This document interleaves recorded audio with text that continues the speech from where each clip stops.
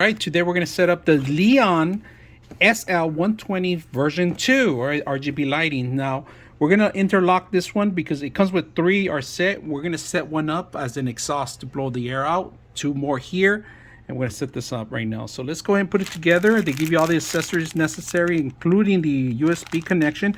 This is very mandatory because you do have a couple USBs that you need to set up in here, and we're going to set this up along with the other cables. They give you plenty of cables. They give you a module. This is like a hub for the if you get more fans, you include them in here. Connections go in here. If you guys can notice, we are plugging this one in here to a power supply, and then we are going to match it up on the top in here. If you ever want to lock another one in here, you can do that. So let's go ahead and put this whole thing together and see how it works. Options when you're setting up with the actual fans here. So you could do connection to the actual fan directly for the modules. If you guys can see that, this connects actually to the actual module, or if you're going to daisy chain them and add some more, you can do that.